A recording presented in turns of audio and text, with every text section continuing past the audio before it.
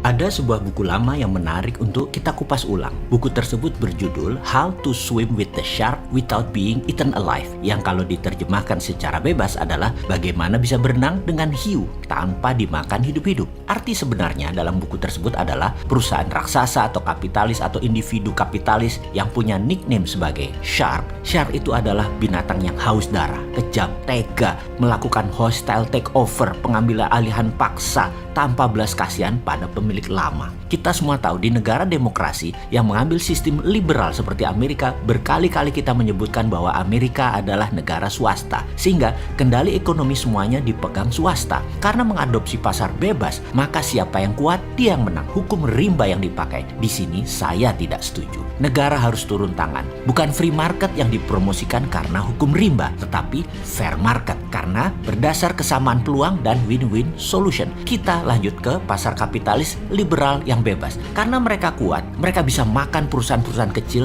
dengan harga nol. Anda bisa dibikin berhutang pada mereka dan tinggal diambil gratis. Itu muasal kata debt trap atau jebakan hutang yang dilakukan pertama oleh pihak swasta. Para shark inilah pelakunya. Kekejaman kapitalis tadi sampai sekarang masih ada, malahan tambah buas. Dan itulah business as usual dari para shark tersebut. Mereka berbungkus venture capital, berbungkus giant multinational company, private investor, hedge fund, dan banyak lagi nama mereka biar mereka terlihat baik, seksi, dan mitra terpercaya. Sebelum kita lanjut tentang pelajaran How to Swim with the Shark Without Being Eaten Alive, sebaiknya saya minta izin untuk sedikit lompat. Nanti kita balik ke topik di awal. Shark di dunia korporasi di negara barat sudah kelihatan. Maka ada buku yang sedang saya kerjakan di mana memerlukan waktu lama karena penelitiannya panjang, mengagumkan politik, bernegara, dan ekonomi makro-mikro. Judul buku ini sudah saya sebutkan berkali-kali. Buku ini adalah buku ketiga trilogi serial geopolitik dan geoekonomi yang nanti akan berjudul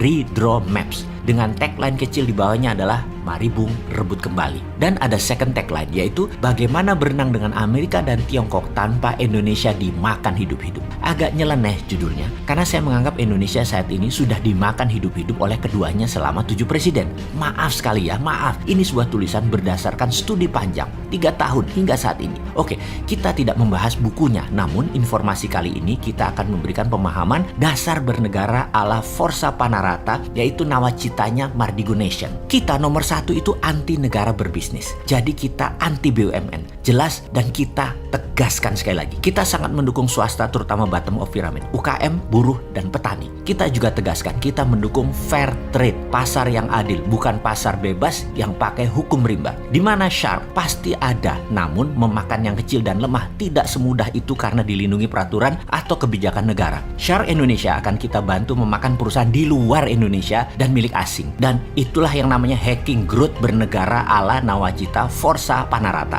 Kita akan jadikan Indonesia negara swasta. Negara hanya regulator. Negara bukan lagi operator aktif kecuali 3 hal dalam masalah fiskal, moneter, keamanan, dan pertahanan. Dijelaskan lagi, Departemen Pertahanan akan diubah menjadi Departemen Perang atau Warfare, DOW atau Department of War. Salah satu agenda DOW adalah membantu perusahaan swasta ekspansi ke luar negeri seperti VOC dibantu militer Belanda. Hanya militer kita bukan hard skill, keterampilannya lebih soft skill, persis seperti China Military Strategy. Ini yang disebut New Economic Warfare Strategy. Dengan New Economic Warfare Strategy China tadi, bahkan negara lain diinvasi saja, rakyat setempat plus pejabatnya serasa sedang dibantu, diperkaya, padahal harta mereka sedang dikeduk.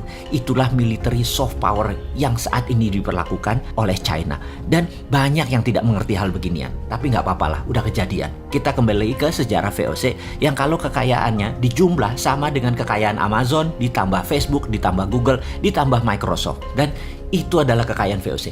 Tanpa military support, hard power yang kejam, VOC nggak bisa seperti itu. Misalnya seperti sejarah di Pulau Banda, penghasil nutmeg atau pala, yang saat itu memiliki 15.000 penduduk. Demi menguasai wilayah tersebut, pedagang Belanda ingin menguasainya, maka militernya di bawah JP Kun atau Jan Pieter Soen Kun bisa bantai 14.000 penduduk Pulau Banda hingga saat itu tinggal 1.000 orang saja. Sekarang itu adalah cerita duka. Amerika selama 70 tahun masih pakai cara Belanda melindungi oil company-nya, internet bisnisnya, satelitnya, dan dolarnya. Namun sejak 2013 Amerika mendapat tantangan baru dengan strategi soft power dari Tiongkok yang banyak disukai pemimpin negara oportunis yang ingin cetak quick money. nih, miring ke Tiongkok itu ada dua ciri saat ini, yaitu negara-negara yang ambil obor, One Belt, One Road. Negara tersebut memang ambil Tiongkok sebagai bohir dan sponsor kekuasaan, atau negara tersebut lemah foreign policy-nya sehingga keduanya adalah termakan soft power military strategi menggunakan economic approach. Sahabat, mulai kebayangkan gambaran ke depan apa yang harus kita benahi dari cara kita bernegara. Kita harus menyempurnakan, kita harus pinteri pengusaha, politikus, dan penguasa saat ini. Setuju kan?